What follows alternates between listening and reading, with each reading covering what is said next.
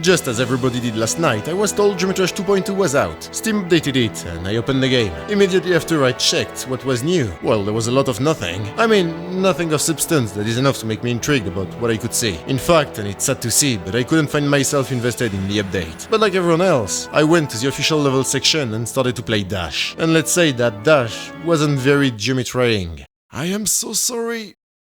The level is very underwhelming. I want to preface this video by a critique of our new official level. It seems nowadays to be a trend for Robtop to release levels that barely highlights the possibilities of what his updates bring to the player base. And thus, ever since 1.9, Theory of Everything 2 was insanely lame considering all was possible for said update. And let's not talk about Deadlocked for 2.0, or even worse, Finger Dash in 2.1. Well, actually, Dash might be the worst case of them all. We'll get to it, but if you have checked the editor, you're probably just like me, wondering if Robtop really tried to make a good level. While he utilized a lot of the new fixtures, it is insanely surface level type of decoration. Compared to, let's say, an electrodynamics of its time, you can very much make the case that main level could genuinely just be a burden for Robtop. Either way, while the level is empty, the gameplay is equally as boring. There is no thought behind the gameplay. Basic swing copter, basic cube, basic everything. I don't advocate for awkward gameplays, but let's not pretend there is no in-between. You can make something original and fun, while still being sight-readable. About that last point, I would argue the level utilizes fixed camera dreadfully. The second spider is purely awful. The gameplay just doesn't feel like Geometry Dash. It reminds me of Zobros breaking the game back in the days. Yet, right after we get to the most boring swing copter, the most boring cube, an Electroman Adventure type of no-effort ship come to us. What? I'm sorry, but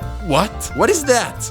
And aside from the first coin, which is interesting and quite nice, the two others are equally as uninteresting and boring. Everything past the first 30% is incredibly lame. So, where went all the efforts? Well, they did go somewhere. Perhaps not where the people wanted. But at least we can still enjoy your 2.1 Geometry Dash in a way, right? Right. I cannot fathom how glitchy the update is. In an earlier video, I talked about the ongoing physics crisis that would happen once Update 2.2 released, and let me say firsthand that all of our fears were confirmed. Well, maybe not in the ways that we'd anticipated. While Wave and Ship were fine for the most part, the Cube game mode felt extremely strange. It almost felt like the entire gravity level was made stronger, as jumps that once felt easy were now extremely difficult, such as these jumps at the end of Congregation. There's one huge problem that jeopardizes the quality of play for all levels. As you can see here, the slopes are behaving in funky ways that make gameplay less fluid and in many cases outright impossible. There is no more incentive for players to try and beat difficult levels, simply because, right now, those are purely impossible. What has been the core motive to play the game for perhaps the bigger part or one of the biggest part of the community is out of question. That means extreme demons, impossible levels, challenges, all of that, out. And it's not just top-end levels. Heck, even Windy Landscape, arguably a medium-art demon today, became extremely inconsistent. Throughout every update, especially major ones, hitboxes and mechanics have changed. But considering the size of the game today, it is fair to say it was more important than ever for Robtop to preserve mechanics that have been installed and written in the muscle memory of players for the past 7 years. But he didn't. So what do we have? Newer gameplay and decorations. Arguably, and I won't deny it, revolutionary designs and concepts. Though, I don't have much hope for the coming few weeks. Creative updates often have dreadful or at least below par levels as starters. 2.0 was to 1.9 what 2.2 is, in my opinion, going to be for 2.1. But it is just a matter of time for levels to become good, right? Well, yes. Technically. But so far, a lot of players have reported crashes in the editor, and this is no small amount of people. Zim Knight, formerly known as Zimnio, host of the Apocalyptic Trilogy, first reported glitches and struggled to open the game, before eventually successfully opening it. Upon entering his long-awaited mega collab, the Apocalyptic Trilogy, everything was gone. Some other unexplainable incidents are, for instance, GamerKnight 750 not being able to open levels in the editor. The same goes for Raphios. Except for the latter one, he could open his levels. It's just that after building for some time, upon leaving and trying to re-enter the level, it would just crash the game. Hilariously tragic. That's an update supposed to be a revolution in terms of deco and gameplay. Doesn't even allow its creators to, well, create. It is sadly common now for games to come out completely unplayable. For instance, take the recent Pokemon games. Those are commonly regarded by Pokefans as complete garbage. Though I would argue this is completely unacceptable for an update of a game that is around since 2013. Yes, Robtop might be alone. And what? It took him 7 years. This is more time than any AAA games or indie game. And it's on him for not hiring people when his game is clearly successful. But I won't dare to compare it to AAAs, though the comparison can be made with indie games.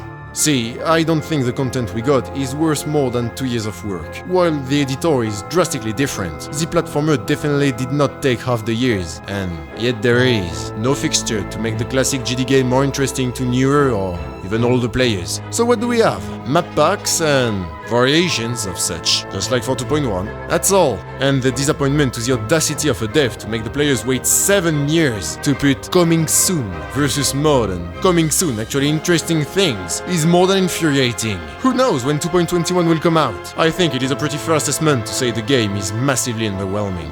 The game feels too much different. It's a case of too much at once. You know, it is an insane case when Viprin has to release a 200 pages guide to help players learn how to use the editor. This might not seem crazy to some, but let me tell you that learning to video edit or photo edit and such could be explained in less than 10 pages. And to add insult to injury, you'd probably be very close to an expert level in those fields. While it is interesting to have so many different triggers going on, for sure, the issue is most people already felt alienated from the editor, and the creating space due to the barrier to entry. Barrier that was already rough in 1.9, but nothing like what it was at the end of 2.1, being a wall of the ordeal. Well, said barrier won't help newer players to come and want to try and create using the editor. While I said it has been the case for the past few years, congratulations, this is no worse. Though I will say, I actually don't mind. I think it's better to have only high quality levels. It's sad for the average player to not be able to get a rate, but the game has become too big for subpar, mid-tier level to be rated all the time. Though, because I want to try and stay as objective as I can, you can still make an argument against it. You see, Robtop, the developer, should definitely need to consider that his game is only where it's at thanks to the community. Unlike a GTA or Skyrim, which relies on mods to stay relevant, those are still optional. Take away online levels and there is nothing, and take away the rating system for most players, and that means a lot of players are not interested in building. Either way, if you remove online levels from the game completely, there's nothing more than a day or two of play for the average Joe to beat every levels. Again, I'm not of that opinion, but some are, and I think it's important to highlight this point of view as well. All players feel disconnected. Too much effort have gone into playing and creating. You might not care about them, but it's alienating a huge chunk of the community. You cannot please everyone, but at least try to do so. If you want your game to go towards one specific direction, which is clearly what Robtop want to do with the platformer and such, he could have at least made it a smooth transition. You can see that reflecting in society. If you want the people to adapt to some, perhaps, needed change, you need to do it smoothly, with time, or else you'll oppose far more resistance than otherwise. The way this update has been connected might sadly make a lot of people turn their back to GD, simply due to the disconnection with the game they once loved for what it was. To palliate to such issue, Rob should have uploaded a lot of smaller updates, 1.8 or 1.9 or nothing like 1.2 or 1.3. Yet there was nowhere near as many complaints in terms of proportions, of course. I came to know that Lunar Singh, former top player, top 1 in the leaderboard, is of my opinion and he isn't alone. Even open-minded people I know have mixed opinions. In addition, there is just an unbelievable lack of care from most of the established players. There is little to no hype. Having asked Relane what he thinks, all I can say is that he summarized in 2 lines what a ton of people feel about the update. A genuine lack of interest, and not even necessarily wanting update 2.2 to come out. Did we even want it? Did we really push 2.1 to its limits? Well, the answer is most likely no. Yet an update has been urgent for years. In fact, what should we have expected after a 7-year wait? That I do not know. I do think the fact that waiting 7 years for geometrydash update is already absurd in itself. As said, this is no AAA. This is no big budget super production. I don't think there is anything logical in waiting this long for an update of a side-scroller game. That aside, what was definitely not asked for throughout the history of the game has to be the platformer mode. This is going to be the highlight of my point. geometrydash is not a pure platformer. There lie several issues with the inclusion of the platformer mode in the update 2.2. There's no better way to start than mentioning the fact that mixing platformers on real GD levels online is such an absurd move, considering it's making everything confusing and less clear. And even then, geometrydash is a game you play because, well, it's an automatic side-scroller game, not a platformer in the traditional sense. Adding such game mode answers no demand from the community or even outsiders, and for an update that took so long, which is still bugged and glitched to oblivion, it is only adding insult to injury to have a game mode nobody asked for, and that is completely disconnected from the game. I don't think it is normal a top player like me cannot do the simplest of thing in said platformer mode. In 1.9 I slowly adapted to the wave, in 2.0 robot didn't feel so awkward, and in 2.1 the spider was strange because of the ball, but it wasn't so difficult anyway. Even the swingcopter is really easy to adapt to, but the platformer is asking me to suddenly speak a Slavic language, when all I've been doing is learning Latin-based languages. I just can't. What if Robtop wanted to do it anyway? Well, I'm not against it, but he could have just released another game. But he couldn't. Had he done so, nobody would have played it. He knows that, and we know it too. He needs to make it an integral part of the game so that people are forced to play it. This is not to mention that it is making a simple game more complex and with a bigger barrier to entry for newer players, while there was already a skill barrier. Now there is a complexity barrier. What I'm saying is, if I suddenly started to upload Counter-Strike content on my channel, you'd be less interested in that than GD content, because you're subscribed for GD content. Well, it's kind of the same here. People play Geometry Dash because of what it was, historically speaking, not for a platformer. And if people come for the platformer, they won't necessarily be interested in what Geometry Dash used to be. And it's not just some accessory game mode or something. He's really going all out to make it an integral part of the game. Either way, this is reneging the core concept of the game. I may sound dramatic, while I try to stick to objective facts. My phrasing suits my opinion of such game mode that I don't like, but it's a personal opinion. The sad part is that when I was referring to where the effort went, well, they did go into making platformer levels. They are most definitely far better than Dash. Well, even then, they are pretty standard, and I am confident players and creators won't take so long to come up with crazy new platformer levels. Except that, again,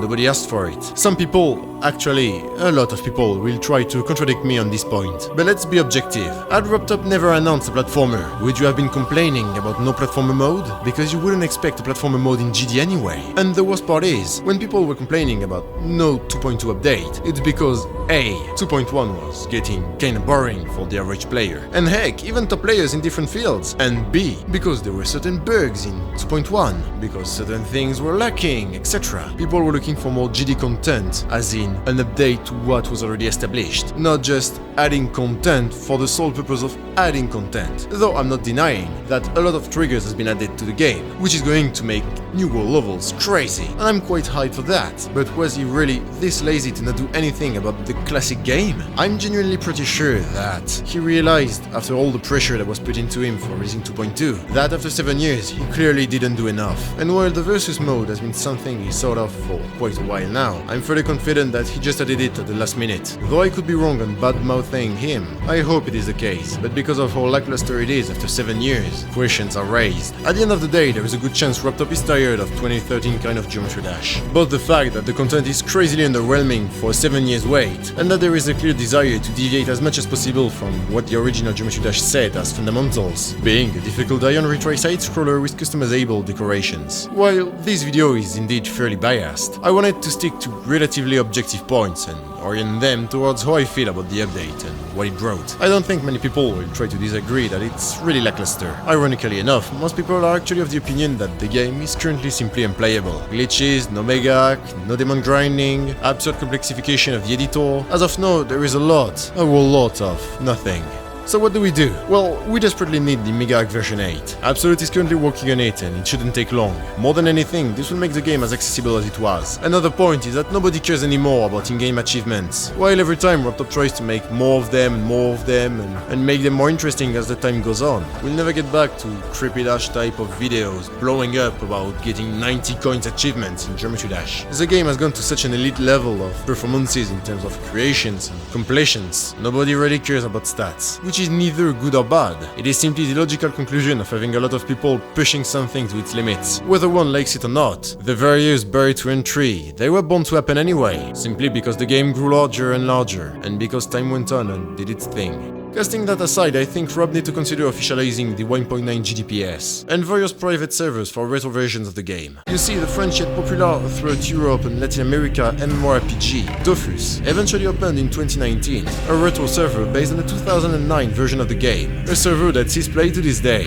just like the current version. I would argue to get a good 2.2 experience we would need the following things. On the menu of the game, a button to access the platformer levels, officials, an online level, as well as a custom editor specially made for platformer levels. Then release the upcoming modes as fast as possible. Bug fix the game so that no one crashes and all lose their levels, as well as go back to all hitboxes and game mode mechanics. That will make it so we won't have to suffer from what we had to go through at the beginning of 2.1, because if it's not done fast, there will be a plethora of old levels becoming impossible, including a lot of recent 2.1 levels, and with new 2.2 levels getting rated, we would have to make a choice between fixing all the other levels by going back to old hitboxes, and abandoning the newer 2.2 levels that are just getting rated that utilizes said newer hitboxes, or the other way around, keeping every level glitched, yet the few 2.2 levels that are going to get rated will keep the newer physics. Either way, we need a bug fix fast. Lastly, and as said, official private servers, also accessible from the main menu, so that all players don't simply leave the game. Lastly, of course,